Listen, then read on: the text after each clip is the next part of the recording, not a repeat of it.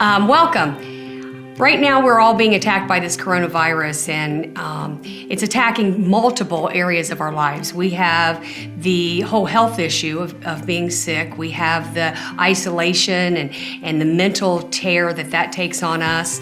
Many of us have lost our jobs, been laid off, so we have financial needs, along with other needs that are happening in your life that have nothing to do with the coronavirus.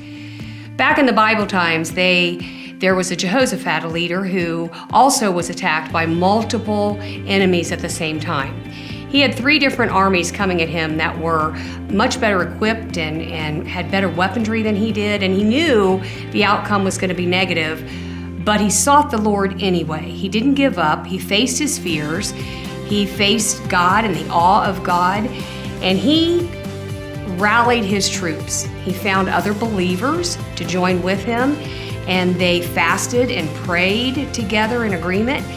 And then, right before they went into battle, he launched a prayer that I like to call the trust prayer. The first thing he did was he gave thanksgiving.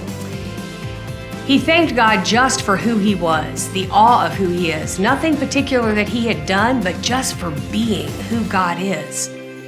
And then he went through, probably for himself, but maybe to remind God, he did a remember. He remembered past things that God had done for the people of God and things that he personally had gone through. And he remembered that you've done this in the past, you'll do it again. And then he finally unburdened his soul. He told him exactly what their needs were and what the problem is. You need to do the same thing. Tell God exactly what you need during this time of crisis. And then he did what's hard for all of us, and that is he surrendered. He let go of it.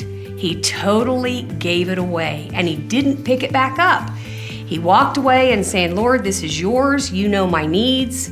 I'm trusting you now.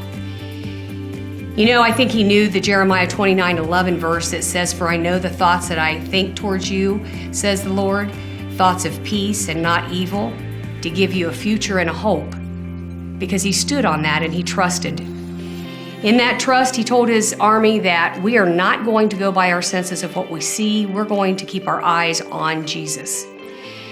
We are going to know that God is the answer, and that's what we need to do. So after the prayer, they went into battle, pretty much knowing they were probably going to be defeated, only to find out that God had went before them and killed not one army, not 2, but all 3 of the enemies, dead on the ground. It took them 3 days to collect all the plunder that was left.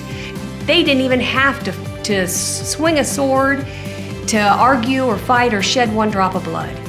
God did the work for them. It was God's battle. I need you to, during this time, to do that trust prayer. Give God the thanksgiving that he deserves. Remind yourself and him of things that he has done for you in the past. Then unburden your soul with your specific needs that you and your friends have. Then surrender and truly surrender it to him. And then just trust and go forth living every day, trusting in what you believe. Thank you, guys. Good luck.